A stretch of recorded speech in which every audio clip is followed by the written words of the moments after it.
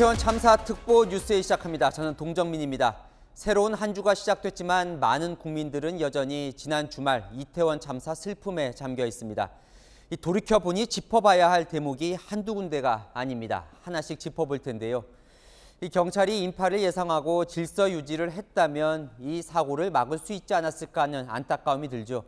그런데 관할인 용산경찰서 경찰들에게 소집령이 내려진 건 사고가 일어난 지 무려 3시간이 지난 뒤였습니다. 전민영 기자가 취재했습니다. 이태원 골목길에 사람이 깔렸다는 119 신고가 처음 접수된 건 그젯밤 10시 15분쯤. 소방당국은 10시 43분 대응 1단계를 발령했고 30분 뒤 2단계로 다시 37분 뒤 3단계로 대응 수준을 빠르게 격상했습니다. 인천, 경기 등 타지 소방서에서도 장비나 인력 지원을 받아야 하는 대형 재난 상황으로 판단한 겁니다. 그런데 채널A 취재 결과 이태원을 관할하는 용산경찰서 직원들이 ARS 전화로 비상 소집 통보를 받은 건 다음 날 오전 1시 30분이었습니다. 최초 신고가 들어온 지 3시간도 지난 시점에 용산경찰서 전 직원들은 이태원 파출소로 즉시 출근하라는 지시를 받은 겁니다. 용산경찰서장 명의로 소속 전 직원에 대한 비상소집 명령이 내려진 것도 어제 오전 0시 45분으로 소방대응 3단계를 발령한 지 거의 1시간이 지난 시점이었습니다. 경찰서장의 명령 시점에서 직원 통보까지도 45분이나 걸렸습니다. 비상소집 연락을 받고 이태원 파출소로 출동했지만 임무도 부여받지 못하고 돌아왔다는 직원도 있습니다. 구조활동을 하면 되잖아. 2시에 도착을 했어요. 임무 부여를 안 해줘. 기껏 그 밤에 가봤자 아무것도 못하고 왔겠죠. 경찰의 사전 대비뿐 아니라 사후 대응도 미흡했다는 지적이 나옵니다. 이에 대해 용산경찰서 관계자는 필수 인력은 이미 출동했던 상황이라며 비상소집이 흔한 일이 아니라 결정이 쉽지 않았다고 설명했습니다. 채널A 뉴스 전민영입니다. 이 참사가 발생한 이태원 거리에는 여러 대의 CCTV가 있습니다. 구청 공무원들은 당시 실시간으로 이 이태원 상황을 관제센터에서 보고 있었다는데요. 결과적으로 인파가 계속 늘어나는 걸 보고도 손 놓고 있었던 셈이죠. 황규락 기자가 이어갑니다. 수천 명의 사람들이 몰리며 참사가 발생한 이태원 해밀턴 호텔 골목. 사고 지점 주변에는 24시간 거리를 감시하는 CCTV가 있었습니다. 골목 입구 큰 길에는 주로 불법 주정차를 단속하는 CCTV 1대, 골목 뒤편으론 CCTV 3대가 거리를 비춥니다. 범죄 예방과 불법 주정차 단속에 주로 쓰이는데 용산구청은 실시간으로 현장 상황을 볼 수 있습니다.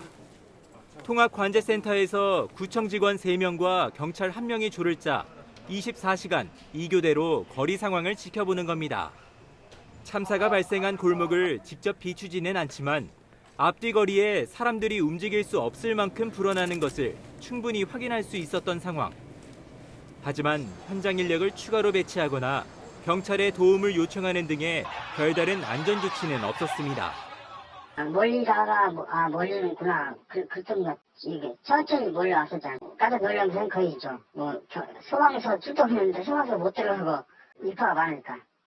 골목 바로 앞 이태원 역사 안에도 27대의 순찰용 CCTV가 설치돼 있었지만 승강장 등 역사 내 혼잡도를 줄이는 용도로만 사용됐습니다. 많이 모여있으면 이제 거기 있는 CCTV 보고 이제 거기 좀 원활하게 한다 뭐 이런 식으로도 사용이 가능한 거죠. 밀집되면은 좀 인원을 끊어가지고 이렇게 10만 인파가 모일 것으로 예상했고 CCTV로 현장 상황을 충분히 파악할 수 있었지만 결국 300명 가까운 사상자를 냈습니다. 채널A 뉴스 황규락입니다. 이번 헬로윈 행사를 앞두고 용산구청은 대책회의를 3번이나 열었다고 합니다. 사흘 전엔 구청, 경찰, 상인, 이태원 역장까지 다 모였는데요. 그때 이미 안전사고 우려가 제기가 됐다는데 결과적으로 행사 당일 배치된 구청 직원은 고작 30명이었습니다. 김희태 기자입니다. 지난 27일부터 닷새 동안을 할로윈 긴급대책 기간으로 정했던 용산구청. 3년 만에 마스크 없는 헬로윈데이 축제에 많은 인파가 몰릴 것으로 예상됐지만 정작 투입된 직원은 150명에 그쳤습니다. 하루에 30명꼴입니다. 하루에만 10만 명 이상, 참사 당일엔 13만 명이 몰렸지만 인원을 늘리지도 경찰의 협조를 추가 요청하지도 않았습니다. 이 기간 중에는 한 150여 명이 나가기로 돼 있거든요. 통행 관리는 경찰 쪽에서 하고 저희는 주정차나 소음이나 뭐 그런 일반적인 대책이었어요.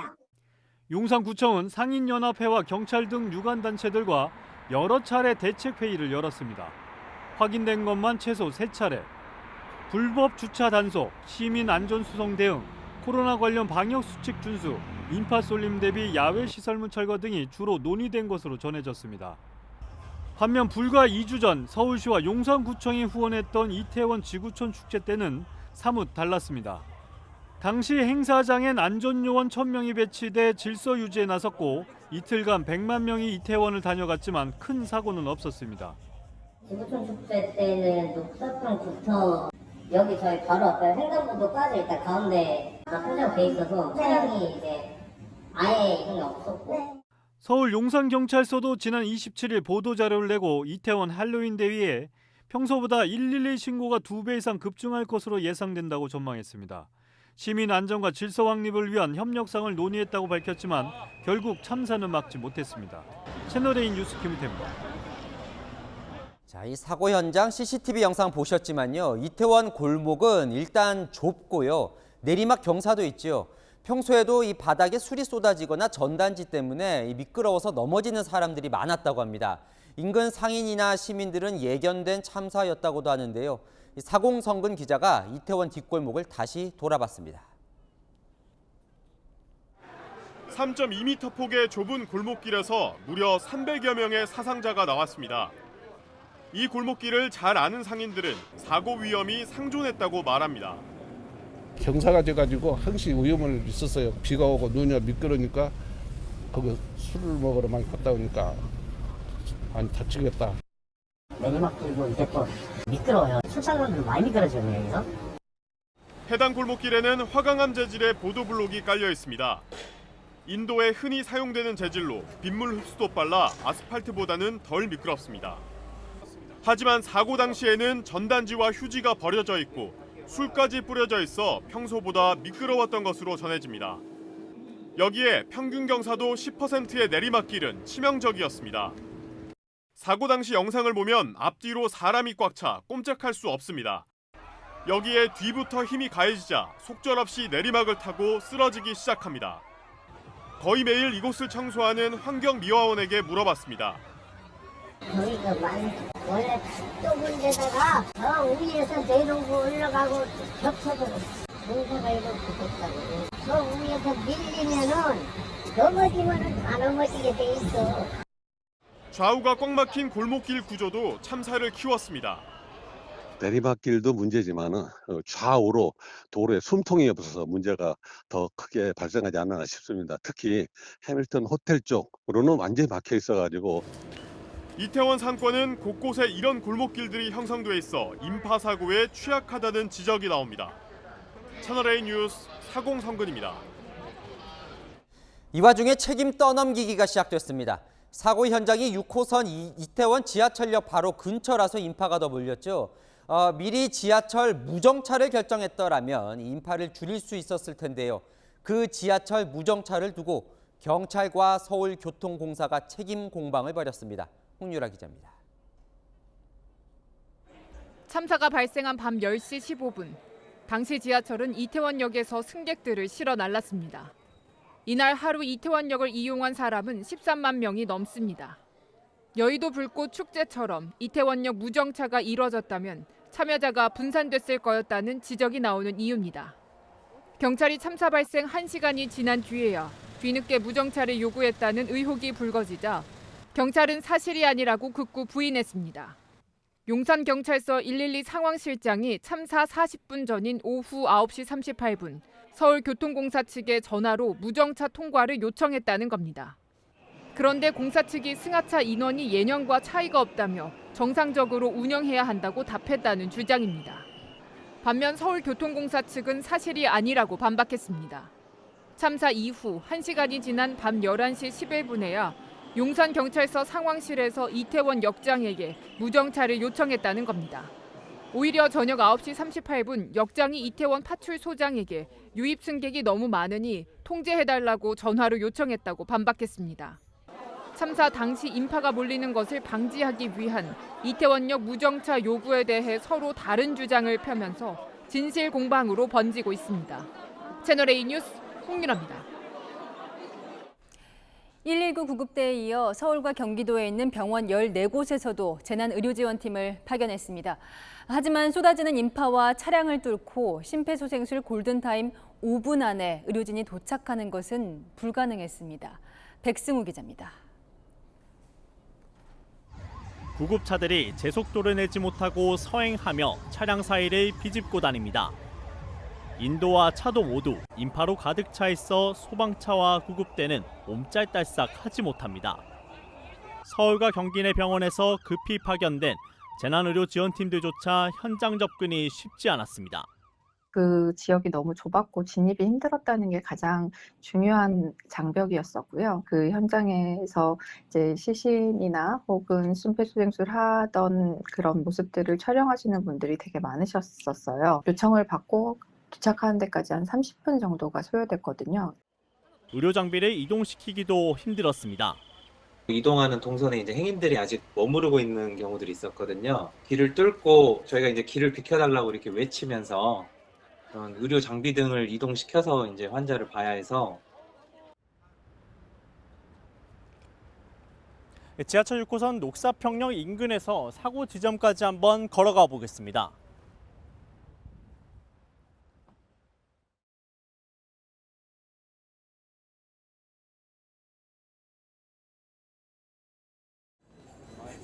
대략 5분 정도 걸렸는데요. 당시에는 1시간 이상이 걸렸습니다. 심폐소생술 골든타임 5분을 지키기는 어려웠습니다.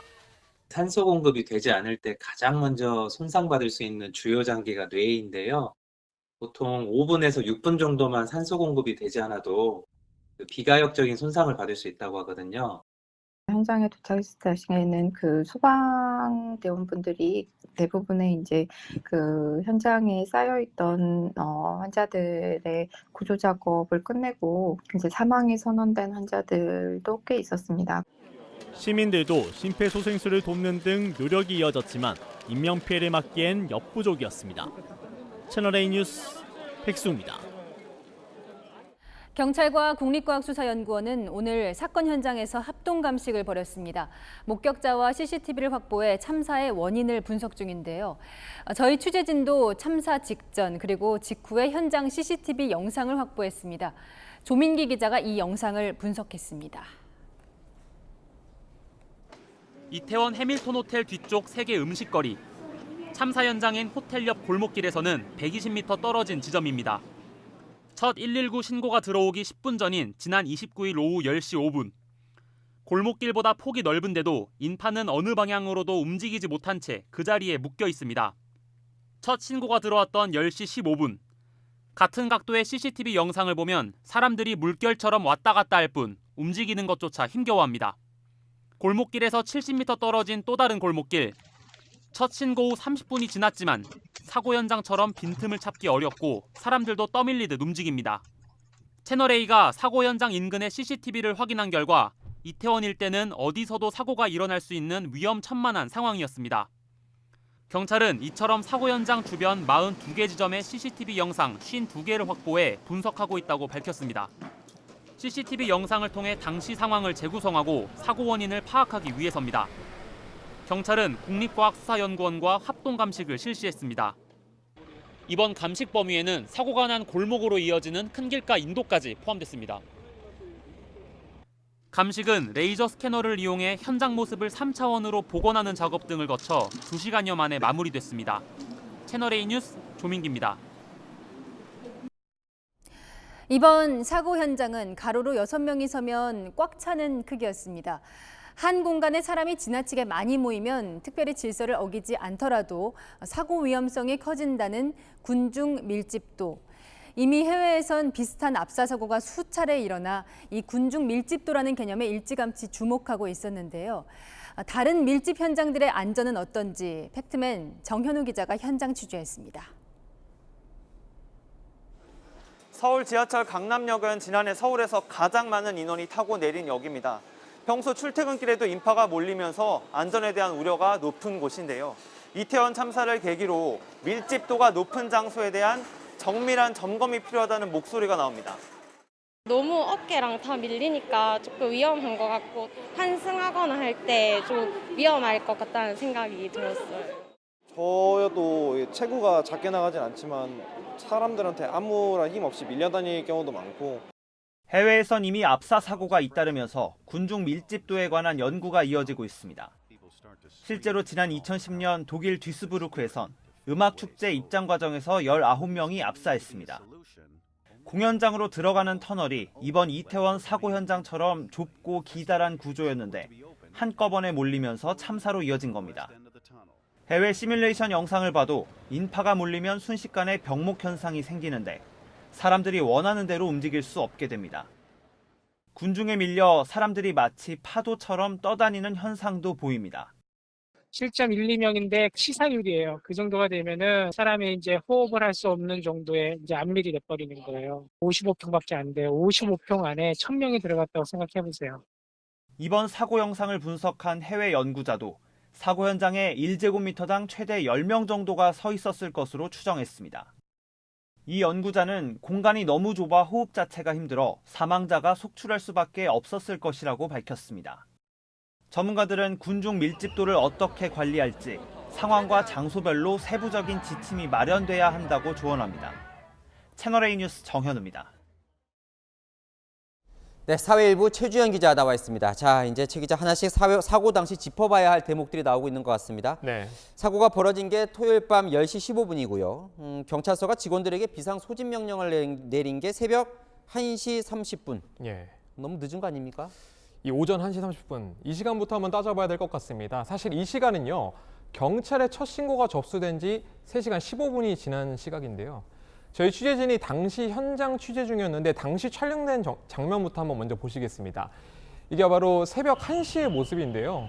구급 차량으로 도로가 아주 가득 찬 모습이죠. 그리고 여전히 인파가 몰려 있어서 굉장히 혼잡한 모습도 볼 수가 있습니다.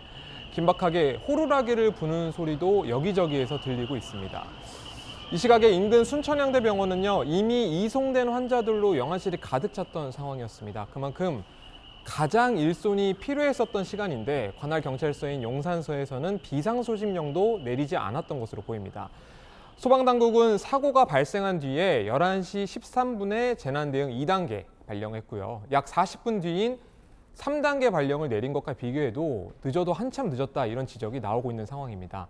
사고 이후에 현장에 인력이 모자라 모든 시민들이 심폐소생술에 매달리고 환자들을 직접 날랐던 상황을 떠올려 보면은 경찰의 대응도 비판을 피하기 어려워 보입니다. 경찰은 뭐 왜 이렇게 늦었는지 이에 대해서 뭐라고 해명을 하고 있습니까? 일단 경찰은 필수 인력은 현장에 이미 도착한 상태였다, 이렇게 설명을 하고 있거든요. 그래서 전 직원 비상소집 명령이 흔한 일도 아니기 때문에 결정하기까지 쉽지 않았다라고 해명했습니다. 최악의 상황까지 가정하고 치안 유지를 해야 했지만 처음부터 조금 안일하게 생각했다는 비판을 피하기 어려워 보입니다. 자, 용산구청도 좀 살펴보죠. CCTV가 있었기 때문에 네. 당시에 실시간으로 이태원 상황을 보고 있었다는 거예요. 예. 이 사람들이 뭐 갑자기 그 시간에 몰렸을 것 같지도 않고 대비할 시간이 있었는데도 조금 놓쳤다, 이렇게 봐도 되는 거 아닙니까? 먼저 이 용산 통합관제센터부터 살펴보면요. 이 네. 관제센터가 용산구청 지하 2층에 있습니다. 319제곱미터 규모로 지난 2010년에 지역 안에 있는 범죄 예방이나 불법 주정차 등 단속을 위해서 예산 13억 원을 투입해서 구축했다고 하거든요. 여기에서 24시간 동안 모니터링을 합니다.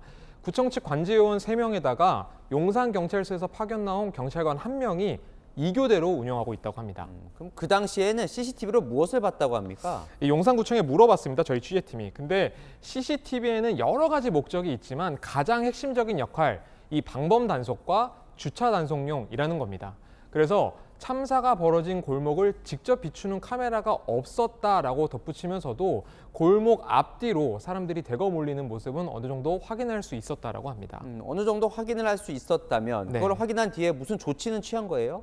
앞뒤 거리에 사람들이 크게 불어나는 걸 충분히 확인할 수 있었던 상황으로 가늠이 되긴 하지만 정작 현장에 인력을 추가로 배치하거나 이 경찰 지원 요청 등 별다른 조치는 없었습니다. 사람이 몰리는 정도만 파악했지 정작 사고가 날 거라는 예상은 못했었던 것으로 보입니다. 그런데 뭐 이미 그 전에 이제 3번 대책회의도 했다고 보도 전해드렸고 사흘 네. 전에는 뭐 상인하고 역장들까지 모여서 대책회의를 하면서 그때 인파가 몰릴 거다 이런 이야기가 나왔다면서요. 맞습니다. 논란이 되고 있는 게 이 참사 사흘 전, 그러니까 네. 지난 26일에 관련 회의에 몰리고 있는데요.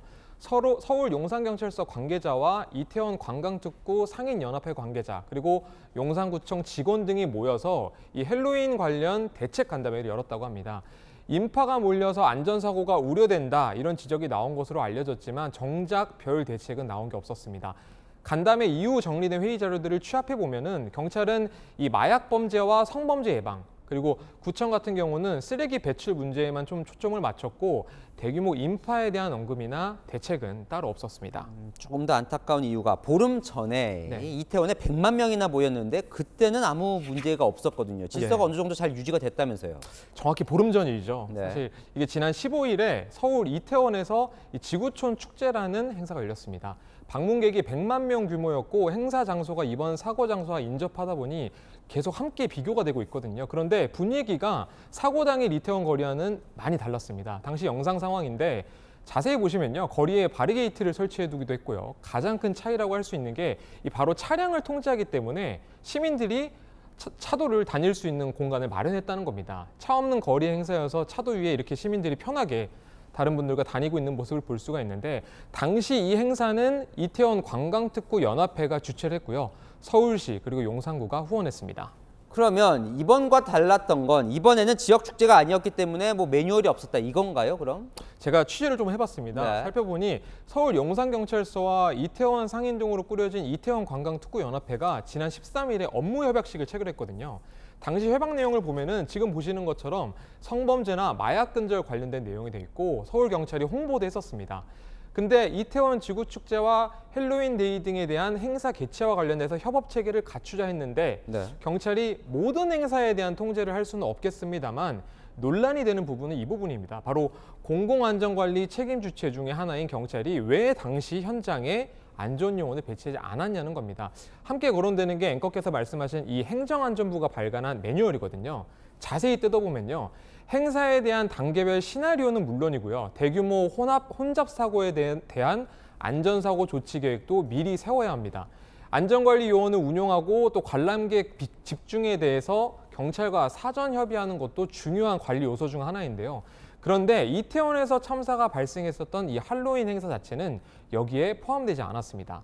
오늘 경찰청은 이 부분에 대해서 좀 주최자가 애매했다라는 식으로 설명을 하기도 했었는데 결국에는 13만 명이 이태원을 찾은 참사 당일 이 당시 이태원은 명확한 주최자가 없었기 때문에 매뉴얼대로 보호받지 못하게 된 것으로 보입니다. 그래서 당일 이제 경찰이 137명이 이제 예. 다 있었다고 하는데 그조차도 뭐 마약이나 성범죄 단속 쪽이지 이 질서 유지 이쪽이 아니었다 이런 이야기가 있더라고요. 사실 참사 당일에 네. 이태원 일대에 투입되기로 했던 경찰이 이 인원보다는 조금 더 많았습니다. 서울 용산경찰서가 마약과 성범죄 단속을 위해서 이 경찰 인력 200명을 투입해야겠다 이렇게 사전에 설명을 했었거든요. 그런데 경찰이 발표한 것을 확인해 보니 사고 당일에는 137명이 배치됐습니다. 말씀하신 대로 마약이나 성범죄 대응을 위한 인력들이 주로 배치가 됐고요. 경찰은 과거 헬로윈 행사와 비교했었을 때 더 많은 인력을 배치했다 이렇게 설명을 하고 있는데 자세히 따져보면 조금 다릅니다. 작년과 지난해 같은 경우에는 안전 등에 대응할 수 있도록 경력, 기동대가 코로나19 예방 차원에서 별도로 현장 배치가 됐거든요. 그런데 이번에는 제외가 됐습니다. 참 따져봐야 대목이 많아 보이는데 경찰은 그래서 이제부터 어떻게 하겠다는 겁니까? 과제가 남은 것은 분명해 보입니다. 우선 사고의 정확한 원인을 분석하는 게 최우선이겠죠. 그리고 사상자에 대한 명예훼손 가능성이 있는 영상이나 글을 게시하는 행위에 대해서도 엄중 단속하겠다는 입장입니다. 그런데 무엇보다 이런 사고가 재발하지 않는 대응 체계를 갖추는 게 중요하겠죠. 일단 경찰이 매뉴얼에서 발견된 다양한 문제점들을 개선하겠다고 밝힌 만큼 다시는 이런 인파 사고가 발생해서는 안 되겠습니다. 네, 지금까지 사회일부 최주연 기자와 살펴봤습니다. 자, 이상민 행정안전부 장관의 발언이 논란의 중심에 섰습니다. 이번 참사는 경찰 인력 배치로 해결될 수 있었던 문제가 아니라고 했는데요. 이 재난안전업무 책임자인 장관이 책임 회피부터 하느냐 질타가 쏟아지자 오늘 유감을 표명했습니다. 정부가 내놓은 추가 대책까지 송찬욱 기자가 보도합니다. 경찰이나 소방 인력이 미리 배치함으로써 해결될 수 있었던 문제는 아니었던 것으로 지금 파악을 하고 있고요.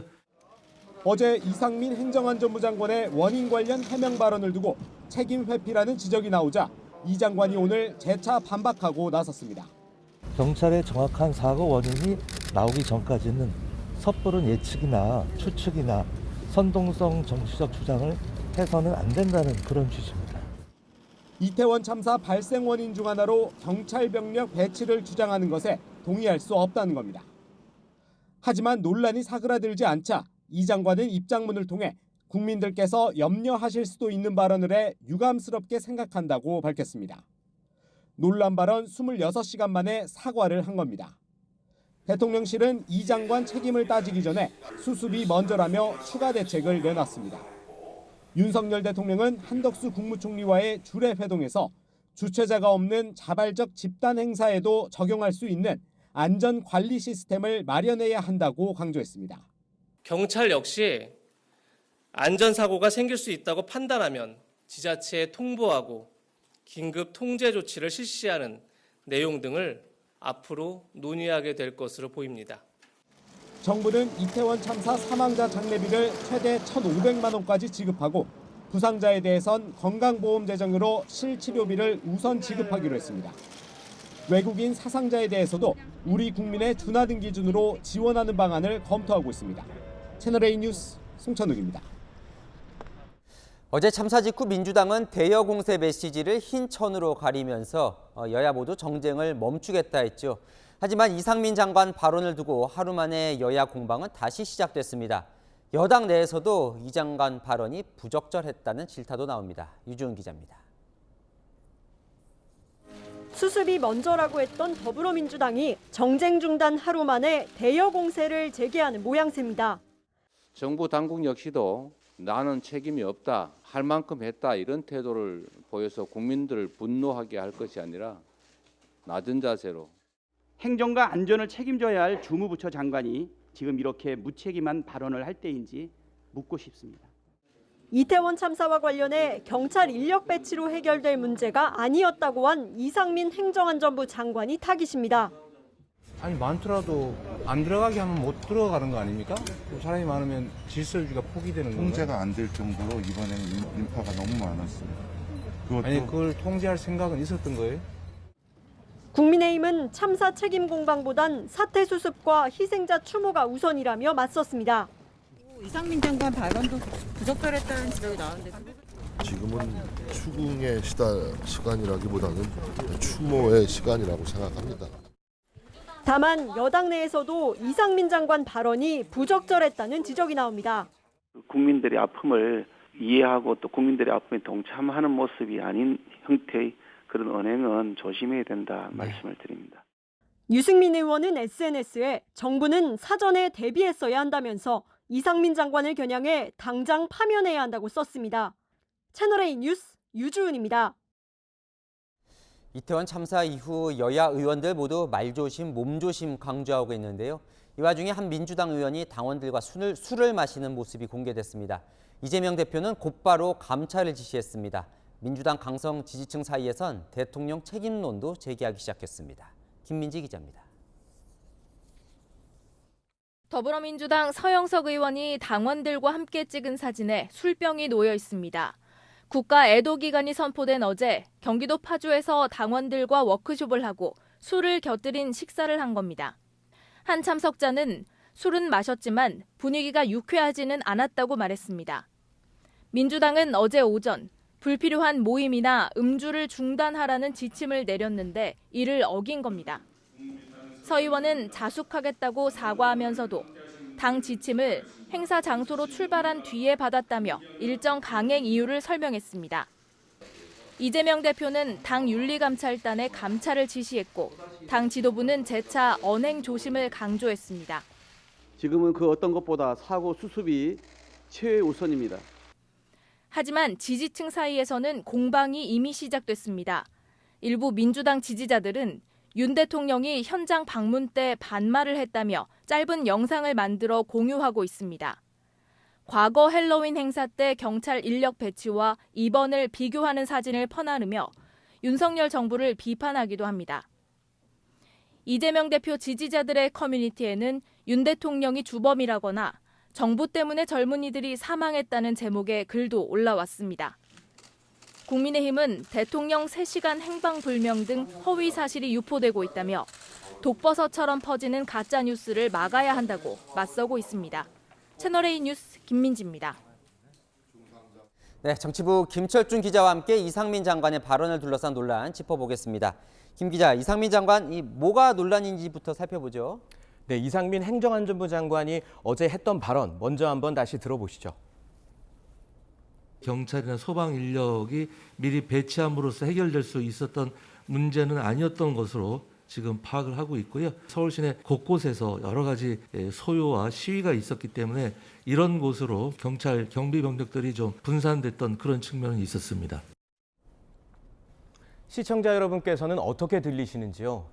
민주당은 주무장관의 책임 회피다 이렇게 공세를 펴고 있습니다. 민주당은 이제 어제는 정쟁을 중단하겠다고 했었는데 이 이상민 장관에 대한 공격은 그거와는 별개라고 보나 보죠? 네, 그렇습니다. 별개로 보고 있습니다. 먼저 이상민 장관에 대한 민주당의 비판, 오늘도 이렇게 이어졌습니다. 정말 귀를 의심하지 않을 수 없었습니다. 책임을 져야 된다라고 하는 이야기보다는 이것을 회피하려고 하는 그 모습에 이 장관을 비판하는 것은 이 장관의 발언이 부적절했고 원인 규명을 위해서도 필요하기 때문이라고 설명하고 있는데요. 이전 같았으면 당장 물러나라, 사퇴하라고 했을 텐데 현재 민주당이 정쟁 중단을 선언하고 있지 않습니까? 그래서 참고 있는 거다, 이렇게 말하고 있습니다. 이 장관의 발언이 부적절했다는 지적은 국민의힘에서도 나오고 있는데요. 먼저 들어보시죠. 이상민 장관이 이제 비정치인이시고 네. 일반 국민들이 들으시기에 그 적절한 발언은 아니라고 생각을 합니다. 물론 발언 논란도 있지만 이걸 봐야 할 것 같습니다. 이 장관은 이 재난안전주무장관인데 이번 일을 대처를 잘 한 겁니까? 네, 원인규명과는 별개로 154명의 희생자가 나온 만큼 주무장관이 책임을 면하기는 쉽지 않아 보입니다. 행정안전부는 재난안전을 총괄하는 부서죠. 행안부에는 재난안전관리본부가 있고 경찰청과 소방청을 소속청으로 거느리고 있습니다. 지방자치단체에 대한 지원도 맡고 있고요. 앞서 리포트에서도 보셨지만요. 정부의 사전 대처가 미흡했다는 지적들이 나오고 있는데요. 경찰이 CCTV로 인파가 몰린 상황을 보고 있었지만 이렇다 할 조치를 취하지 않았다. 사고 하루 전날부터 넘어져 다쳤다는 시민 신고가 증가했는데 역시 대책을 마련하지 않았다. 이런 얘기들입니다. 사전 대비가 충분치 않았다는 소방당국 관계자의 답변도 오늘 사고 현장에서 나왔습니다. 사람들이 차도로 못 들어가게 막을 계획이었던 거예요? 안 막을 계획이었던 거예요? 그 계획이 아예 처음부터 없었어요? 네, 없었습니다. 네, 그래서 이상민 장관 입장은 뭔가요? 좀 억울하다 이런 뜻으로도 좀 들리던데요. 네, 이상민 장관 오늘 합동분향소 조문을 마친 뒤 이렇게 다시 반박했습니다. 경찰의 정확한 사고 원인이 나오기 전까지는 섣부른 예측이나 추측이나 선동성 정치적 주장을 해서는 안 된다는 그런 취지입니다. 책임 회피가 아니라 섣부른 예단을 하지 말자는 말이었다는 겁니다. 국민 입장에서는 주체가 있으면 안전하니까 가고 없으면 안 가고 이런 건 아니니까요. 국민들에게 대한민국은 24시간 안전해야죠. 그렇습니다. 불과 2달 전입니다. 윤석열 대통령이 취임 100일을 맞아 기자회견에 했던 발언 먼저 들어보시죠. 국민 안전은 국가의 무한 책임입니다. 국민들께서 안심하실 때까지 끝까지 챙기겠습니다. 네, 특히 전문가들은요. 주최 측이 있고 없고에 따라 정부의 책임이 줄어들 수 없다. 이런 지적을 하고 있습니다. 주체가 없는 행사고 대규모 인원이 참석이 예측되는 행사 같은 경우는 오히려 안전에 사각이 될 수가 있기 때문에 지자체하고 국가에서 좀 더 책임적으로 다가갈 필요가 있다는 것입니다. 네, 이번 이 장관 논란에 대해 대통령실 기류는 어떻습니까? 네, 아직은 대통령실 내부에서 이상민 장관을 경질시켜야 한다. 이런 얘기가 나오고 있지는 않습니다. 이 장관 스스로도 물러나겠다는 생각은 아직 없어 보입니다. 네, 잘 들었습니다. 정치부 김철준 기자와 살펴봤습니다. 윤석열 대통령은 오늘 김건희 여사와 함께 합동 분향소를 찾아 희생자들을 추모했습니다.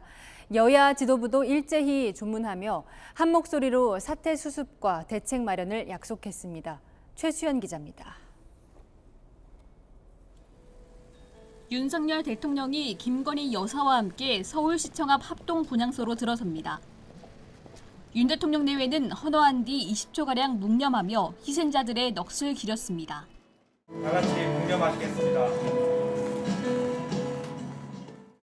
조문에는 김대기 비서실장과 이진복 정무수석 등 대통령실 주요 수석 비서관들도 참석했습니다. 국민의힘 정진석 비대위원장도 서울시청 합동 분향소를 찾았습니다. 정 위원장은 사회 안전망 전반을 점검하겠다고 강조했습니다. 우리 안전망, 안전 시스템을 철저하게 다시 점검해보는 필요가 있겠다. 예산 편성의 문제 골고루 점검을 해봐야 되겠다. 앞서 국민의힘 지도부는 검은 정장을 입고 검은 리본을 단 채 비대위 회의를 진행했습니다. 이재명 민주당 대표는 정부 합동 분향소가 아닌 이곳 녹사평역 광장에 마련된 합동 분향소를 찾았습니다. 민주당 지도부는 헌화한 뒤 이태원역 1번 출구 앞 추모 공간으로 이동해 짧은 묵념을 했습니다.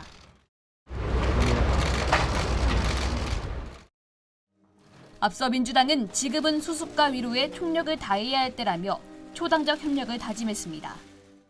사고 수습과 희생자 주도, 부상자 회복이 가장 급선무입니다.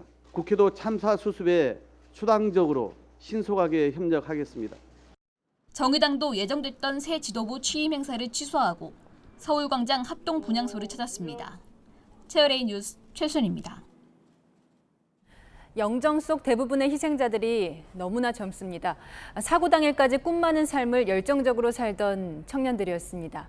자녀의 이야기를 취재진에게 들려주신 부모님들의 심정을 차마 헤아릴 수가 없습니다.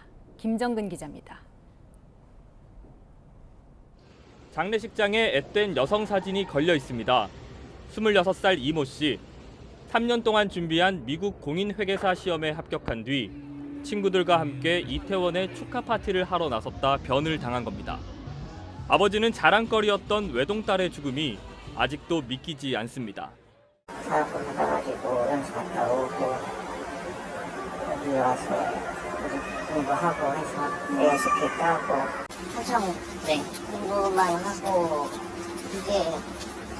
이제 좀 재밌게 살려고 시작하는 순간에 딱 이번에 여름학기로 졸업했거든요.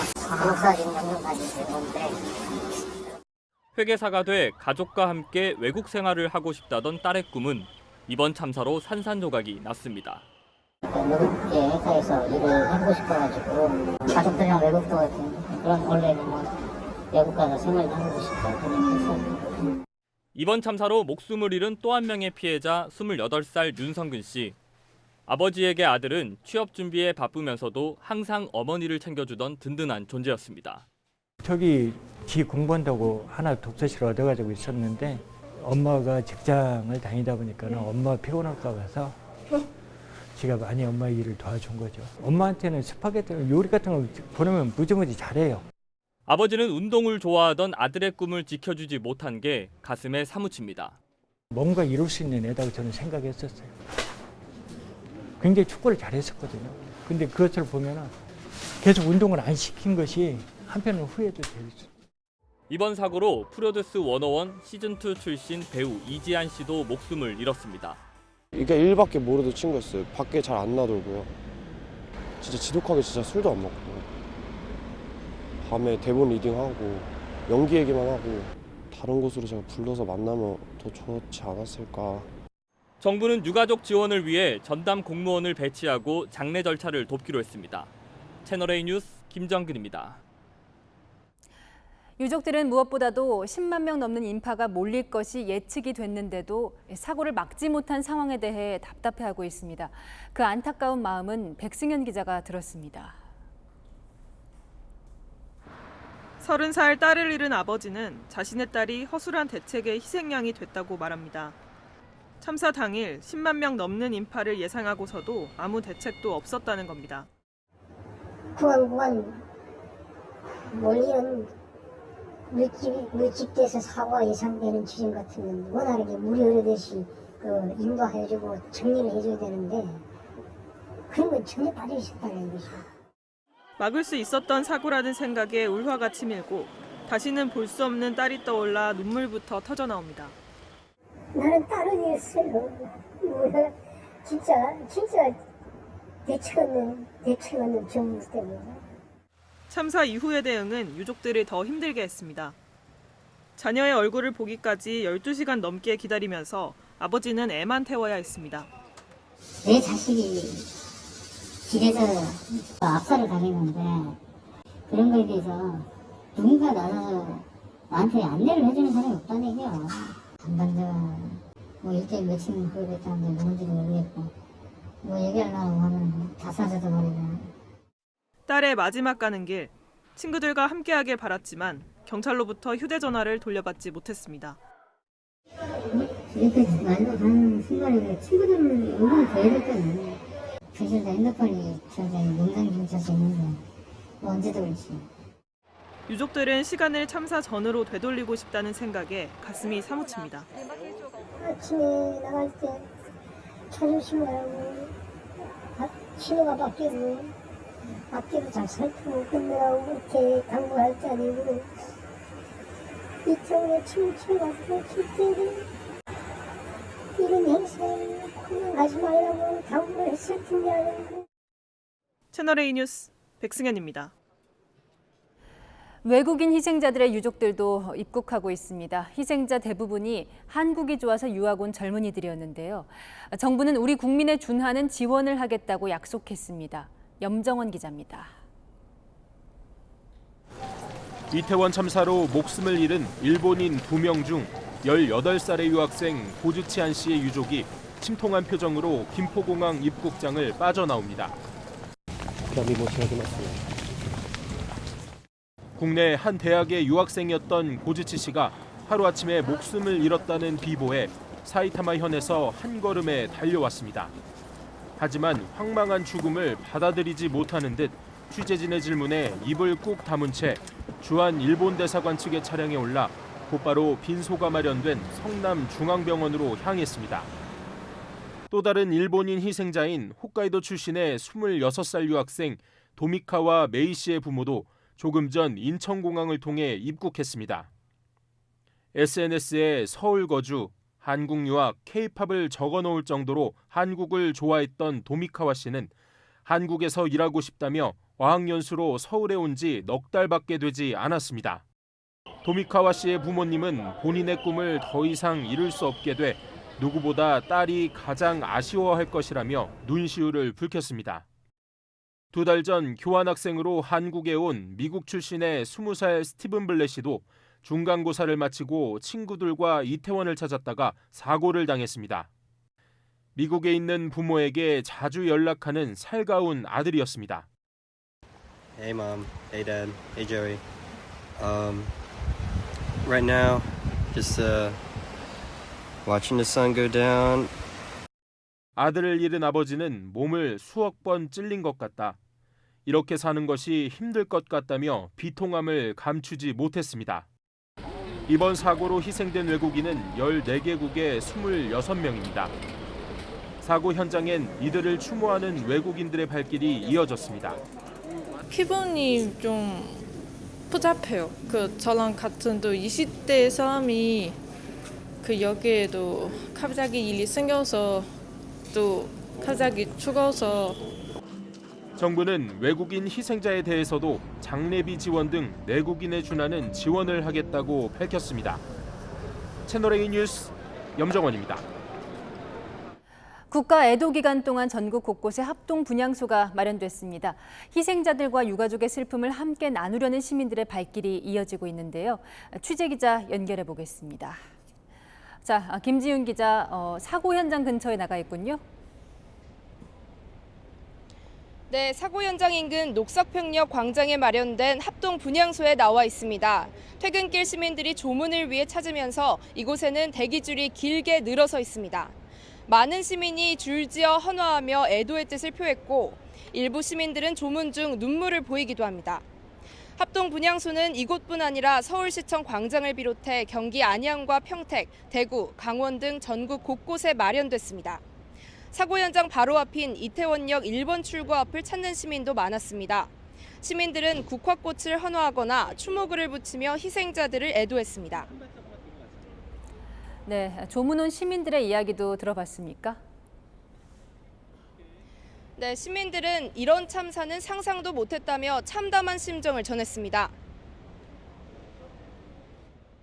처음에는 사실 저는 믿지 않았어요. 저도 이제 20대고 이제 피해자분들이 다 이제 20, 30대 이제 주로 젊은 사람들이 많이 이렇게 안타까운 사고를 당했다고 들어서 좀 약간 감정이 좀 많이 이입이 됐다고 생각을 하고 정말 안타까운 생각밖에 들지 않습니다. 저는 여기 인근에 사는데 그 당일에도 처음에는 사이렌 소리가 나서 그냥 술 취한 사람이 다쳤나 보다 싶은 정도였는데 이게 1시간 넘게 계속 울리니까 상황이 뭐지 싶어서 검색을 해보니까 이런 일이 일어났더라고요. 뭔가 허무하게 갔잖아요. It was so sad, right? I think it doesn't matter where you are in the world, when something like this happens, it affects you. It gets into your heart. And I wanted to pay my respect to the people who lost their lives. 합동 분향소는 국가 애도기간인 다음 달 5일까지 24시간 운영되는 만큼 희생자를 기리기 위한 발길은 계속 이어질 걸로 보입니다. 지금까지 녹사평역광장 합동 분향소에서 전해드렸습니다. 온라인 공간에서 아픔을 나누는 시민들도 적지 않습니다. 수십만 명이 검은 리본 달기에 동참했고 해외에서도 추모의 물결이 이어지고 있습니다. 권솔 기자입니다. 이태원 사고 현장에 목탁 소리가 구슬프게 울려 퍼집니다. 추모의 물결은 사고 현장과 전국에 마련된 합동 분향소를 넘어 온라인 공간으로 번지고 있습니다.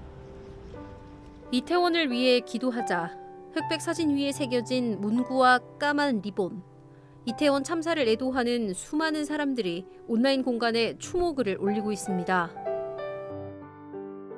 대형 포털업체들은 추모의 공간을 별도로 마련했습니다. 방문자들은 추모에 동참하는 의미로 검은 리본을 달고 있습니다. 동참하는 숫자가 늘어나는 게 실시간으로 확인될 만큼 모두가 한마음입니다. 한 포털 사이트의 경우 50만 명이 넘게 동참했습니다. 실시간 댓글을 달 수 있지만 혹시 모를 2차 피해를 막기 위해 삼가 고인의 명복을 빈다는 문구로 제한돼 있습니다. 추모의 마음엔 국경이 없습니다. 안타까운 소식에 깊은 애도를 표한다는 추모의 글이 영어, 중국어, 아랍어 등 세계 각국의 언어로 적혀 애도의 행렬을 이루고 있습니다. 잘 알려진 해외 스타들도 함께했습니다. 미국 배우 제이미 리 커티스는 자신의 SNS에 태극기 사진 등을 올리면서 한국의 비극적인 소식에 가슴이 아프다며 희생자와 가족을 위해 기도하겠다며 아픔을 함께 나눴습니다. 채널A 뉴스 권솔입니다.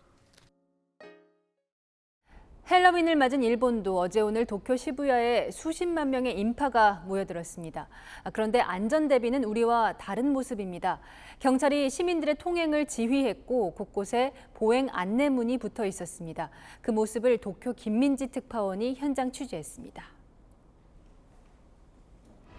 코로나 이후 3년 만에 외국인 관광객도 함께하는 헬로윈을 맞은 도쿄 시부야.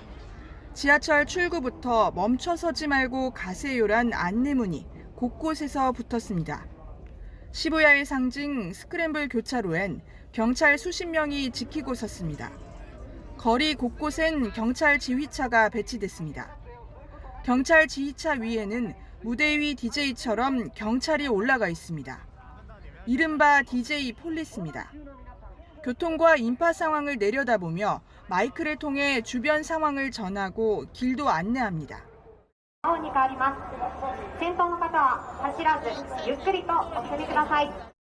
옆에선 경찰들도 수시로 확성기에 대고 소리칩니다.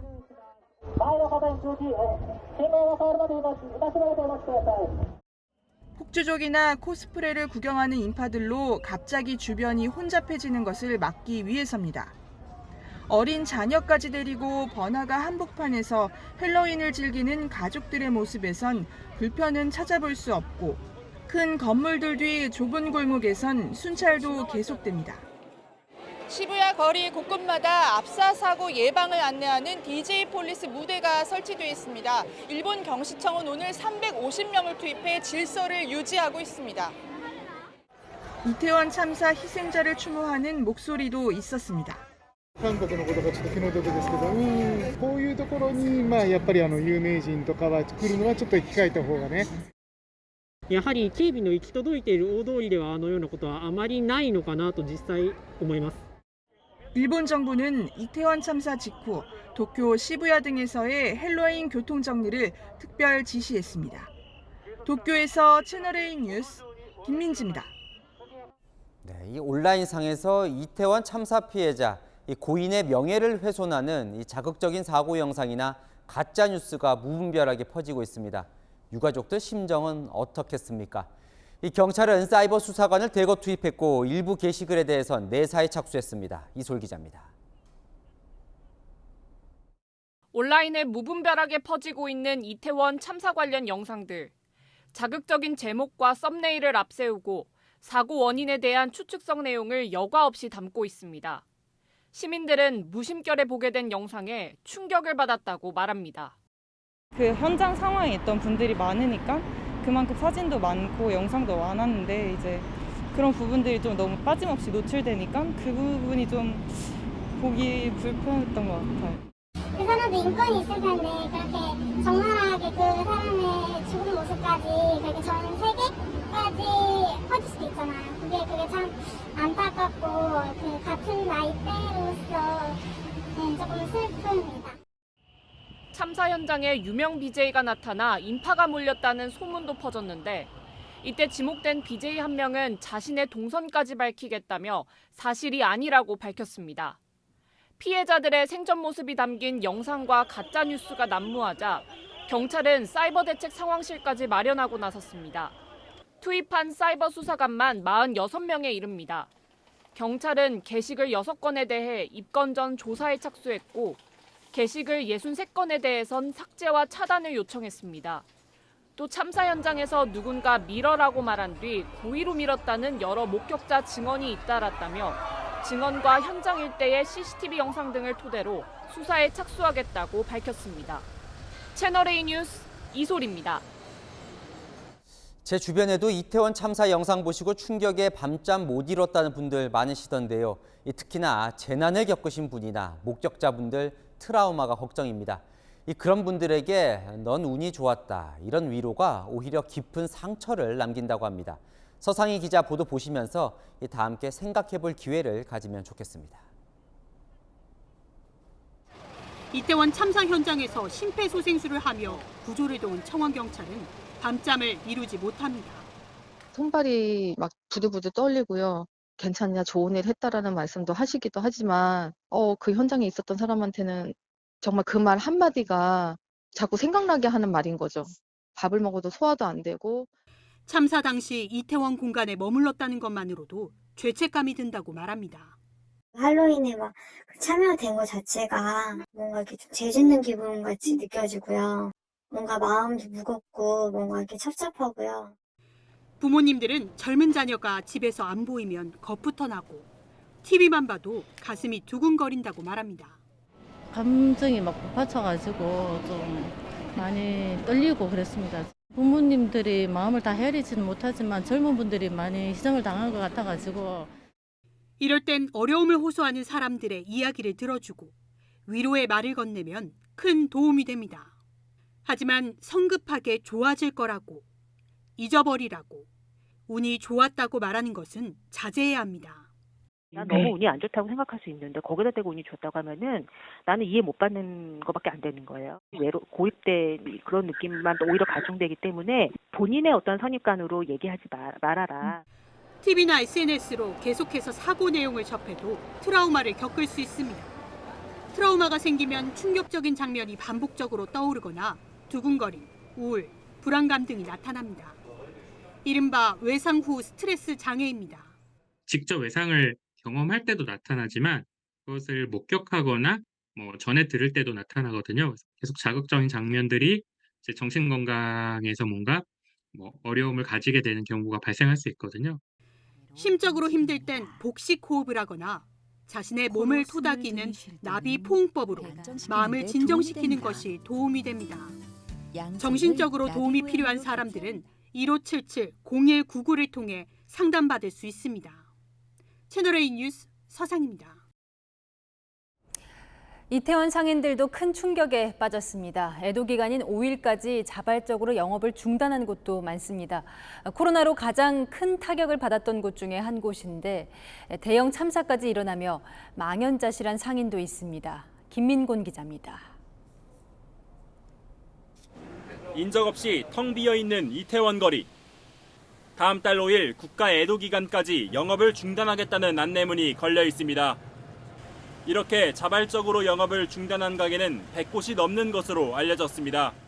평소 같으면 한창 영업 중일 시간인데요. 음식점 문은 이렇게 굳게 닫혀 있고 문 앞에는 배달된 식재료와 화장지만 놓여 있습니다. 상인들도 충격에서 벗어나지 못하고 있습니다. 본인들도 아무 생각 없었거든요. 지금. 저도 예상치 못한 일들이 불쌍하잖아요. 내 가게 앞에서 영업사업부터 다 돌아가셨는데 그분들이 무슨 얘기를 하고 내가 산다고. 문을 연 상인들도 황망하긴 마찬가지입니다. 승객대가 나오는데 말씀드렸습니다. 저도 지금 다른 그런 게 아니에요. 상권을 떠받치던 주한미군이 지난 2018년부터 평택으로 이전을 시작했고 2년 전에는 코로나 2차 유행 진원지로 지목되면서 벼랑 끝으로 몰렸던 이태원 상인들. 사회적 거리두기가 해제되면서 그나마 숨통이 트였는데 예상치 못한 대형 참사에 다시금 망연자실해진 모습입니다. 채널A 뉴스 김민곤입니다. 이태원 참사 이후 연예계를 비롯해 사회 각층도 애도 물결에 동참하고 있습니다. 그런데 트로트 가수 이찬원 씨가 한 행사에서 노래를 부르지 않겠다고 했다가 봉변을 당하는 일이 벌어졌습니다. 공국진 기자입니다. 어젯밤 전남 화순에서 열린 지역 축제 무대에 오른 가수 이찬원 씨. 화려한 무대 의상 대신 검은 정장 차림입니다. 이태원 사태로 국가 애도 기간이 선포된 만큼 노래를 할 수 없게 됐다며 양해를 구합니다. 신나는 노래를 즐기기에는 시기인지라 것이 적절치 않다는 판단 하에 최소한의 약속을 지키고자 여러분들 만나 뵙고 또 인사를 드리고. 그런데 이 씨가 무대를 내려오자 소동이 벌어집니다. 일부 관객들이 야유를 보내고 급기야 한 남성은 이 씨에게 항의하다 이를 말리는 이 씨의 매니저를 폭행합니다. 그러면 안 되지. 뭐 하는 거야? 주최 측이 개입해 더 큰 불상사는 없었지만 이 모습은 온라인을 통해 빠르게 퍼졌습니다. 당시 축제장엔 관객 2천여 명이 모였습니다.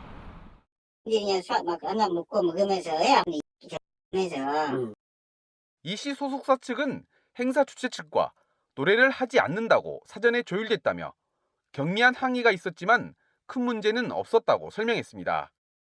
경찰은 이 씨 측에서 고발이나 고소 조치가 없는 만큼 별도로 수사할 계획은 없다고 밝혔습니다. 채널A 뉴스 공진입니다. 앞서 해외 추모 분위기 전해드렸는데 각국 외신도 이번 참사를 비중 있게 보도하고 있습니다. 우리 당국의 책임을 꼬집은 보도도 있습니다. 박수일 기자가 정리했습니다. 외신들은 연이틀 이태원 참사 소식을 주요 뉴스로 선정하고 비중 있게 보도했습니다. 단순히 참사 소식을 전하는 데 그치지 않고 사고 원인과 미흡한 예방 조치를 분석하는 내용도 눈에 띄었습니다. 워싱턴 포스트는 서울 압사 사고는 어떻게 어디서 일어났나라는 별도의 기사를 통해 사고 당시 영상들을 보면 꽉 막힌 골목길들이 인파의 규모를 감당할 수 없음을 시사한다고 밝혔습니다. 좁고 막힌 공간일 경우 군중 전체가 한 무더기로 무너지면 다시 일어날 수가 없다. 도미노 효과와 같다는 군중 안전 문제 전문가의 분석을 소개하기도 했습니다. 월스트리트 저널은 한국에서 헬로윈은 어린이들이 사탕을 얻으러 가는 날이 아니라 특유의 복장을 입고 클럽에 가는 날이라며 당국이 코로나19 이후 첫 헬로윈을 맞아 이태원에 몰려든 시민들을 어떻게 규제했는지 의문을 제기했습니다. CNN도 당국이 토요일 밤 이전에 수많은 인파가 몰릴 것을 미리 예상하고 사람들을 대피시킬 수 있도록 모니터링했어야 한다고 지적했습니다. We actually heard from the Minister of Interior and Safety saying that there had been a considerable number of police that had been sent to another part of Seoul because they thought there were going to be protests there. 일본 아사히 신문은 세월호 침몰 사고 당시 박근혜 정권의 지지율이 급락했던 사례를 떠올리며 현재 30% 안팎인 윤석열 정권도 사고 대응이 절실한 것으로 보인다고 보도했습니다. 채널A 뉴스 박수유입니다. 다른 뉴스도 좀 살펴보겠습니다. 검찰은 오늘도 이재명 민주당 대표의 최측근 김용 민주연구원 부원장을 불러서 불법 정치자금 의혹을 조사했는데요. 이 검찰이 김 부원장의 휴대전화를 확보는 했지만 이 비밀번호를 알려주지 않아서 열지는 못하고 있는 것으로 전해집니다. 박건영 기자입니다. 검찰이 김용 민주연구원 부원장의 휴대전화를 확보한 건 지난 19일. 불법 대선자금 8억 4,700만 원을 받은 혐의로 김 부원장을 체포하고 자택 압수수색에 나선 날입니다.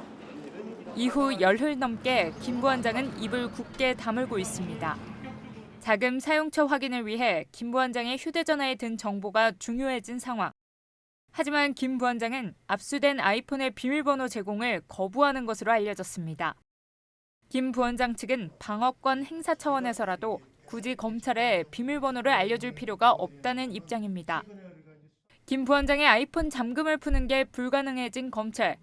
유동규 전 성남도시개발공사 본부장의 휴대전화 클라우드에 담긴 내용 복구에도 집중하는 것으로 전해졌습니다. 지금 말하자면 저희 핸드폰 저희 클라우드 다 열어드렸고 검찰에다 클라우드 비밀번호까지 다시 입력했어요. 말로 하는 게 아니라 수사를 통하고 재판 통해서는 할 거예요. 검찰은 2009년부터 2013년 사이 김 부원장과 대장동 민간 개발업자들의 교류 과정도 들여다보는 걸로 파악됐습니다. 위례 신도시와 대장동 개발 과정이 이재명 대표의 성남시장 시절 정치적 이익과 관련됐는지 여부를 확인하는 것으로 보입니다. 검찰은 다음 달 7일 구속기간이 끝나는 김 부원장을 우선 정치자금법 위반 혐의로 기소한 이후 자금 용처 확인을 이어갈 방침입니다. 채널A 뉴스 박건영입니다. 우리 사회가 뭔가 해법을 찾아야 할 이슈입니다. 20대 여성 8명을 성폭행한 혐의로 수감됐던 일명 수원 발발이 박병화가 오늘 출소했습니다. 경기 화성시에 있는 대학 원룸촌에 거주하기로 하면서 그 지역이 발칵 뒤집혔습니다. 조현진 기자입니다. 화성시와 화성 시민을 무시하는 법무부는 각성하라! 각성하라! 각성하라! 각성하라! 원룸촌 골목에 구호가 요란합니다. 오늘 새벽 교도소에서 출소한 박병화가 이곳에 거주지를 정했기 때문입니다. 박병화는 지난 2000년부터 3년간 20대 여성 8명을 성폭행한 혐의로 15년을 복역했습니다. 수원시 일대를 무대로 범행을 저질러 수원 발발이로 불리기도 했습니다. 원룸 앞 골목은 몰려든 시민들과 통제하는 경찰로 북새통을 이뤘습니다. 오늘 탁 내쫓아야 돼. 이래 밥 나먹겠어요 어디? 밥 나먹겠냐고. 아니 근데 법무부에서 왜 그런 사람 여기다 집어넣어? 박병화가 거주하는 원룸 인근에는 대학교가 있습니다. 대학교까지 직접 한번 걸어가 보겠습니다.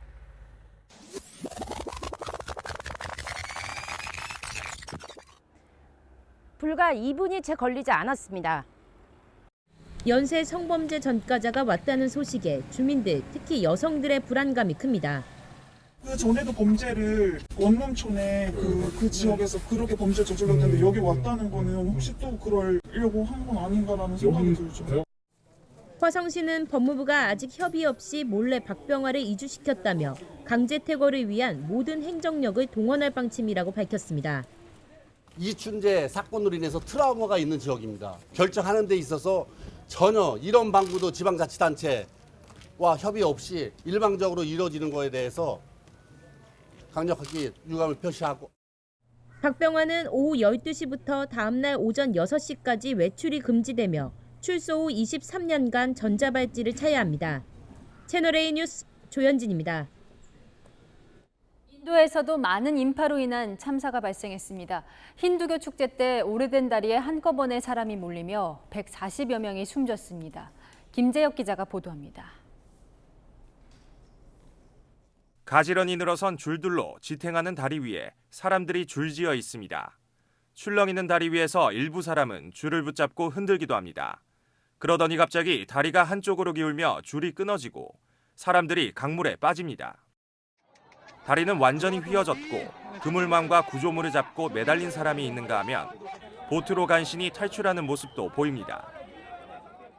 현지 시각 어제 인도 서부 구자라트주의 마추강을 가로지르는 보행 현수교가 무너져 어린이를 포함해 500여 명의 사람들이 추락했습니다. 최소 140여 명이 숨진 가운데 170여 명이 다치고 구조 작업도 계속 진행 중이어서 희생자는 더 늘어날 것으로 보입니다. थी बच्चों लोगों के और जो भी घूमने के लिए यहाँ पर आए हुए थे सभी एक के ऊपर एक थोड़ा पुल के अंदर ज़्यादा लोग होने की वजह से टूटने की वजह से ये घटना हुई है. 사고가 난 다리는 길이 233m, 폭 1.25m의 보행자 현수교로 영국 식민지 시대인 1880년에 개통됐습니다. 최근 7개월간의 보수 공사를 거쳐 지난 26일 재개장했는데 힌두교 디왈리 축제 기간 몰린 인파의 무게를 견디지 못한 것으로 추정됩니다. 사고 직전 영상에서는 일부 사람들이 다리를 발로 차고 실랑이를 벌여 흔들리는 모습도 포착됐습니다. 현지에서는 다리 보수 업체가 정부 승인 없이 관광객을 받았다는 주장 등도 제기되고 있습니다. 채널A 뉴스 김재혁입니다. 미국 애플사의 아이폰 최대 생산 기지 중국에 있죠. 이 공장 근로자들 중 일부가 집단 탈출했습니다. 코로나 확진자가 나오며 봉쇄 조치가 강화되자 공장을 버리고 도망간 겁니다. 베이징 공태현 특파원입니다. 한밤중 가방을 든 사람들이 도로 한복판을 걸어갑니다. 철조망을 넘고 밭도 가로지릅니다. 일부는 트럭 짐칸에 몸을 싣기도 합니다.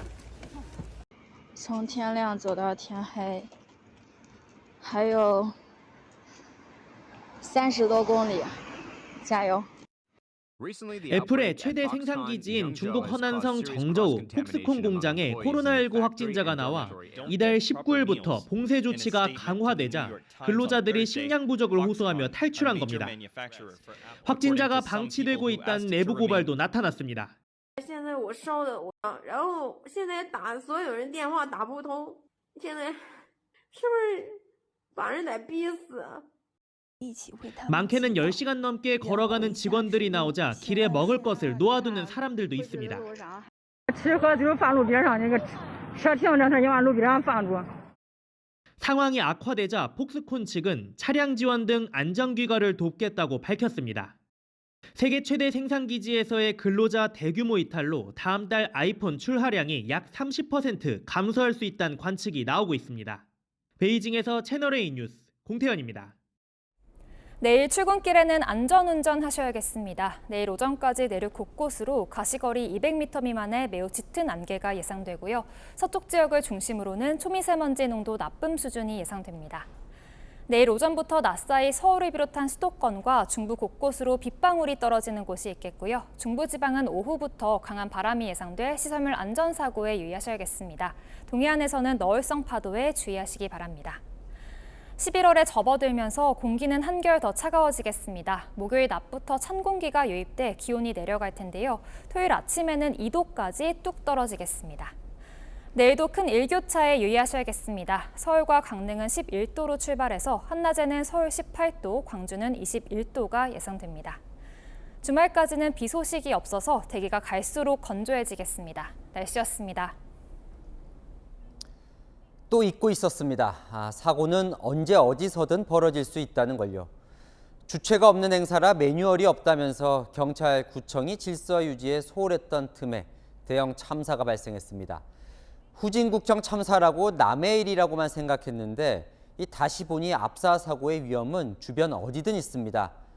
매일 출퇴근길 지하철역 그리고 지하철 안에서도 밀려드는 인파에 숨쉬기 힘든 경험들 있으시죠. 집회, 축제 그리고 우리 일상 다시 점검해 봐야겠습니다. 마침표 찍겠습니다.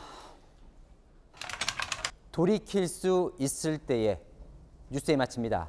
감사합니다.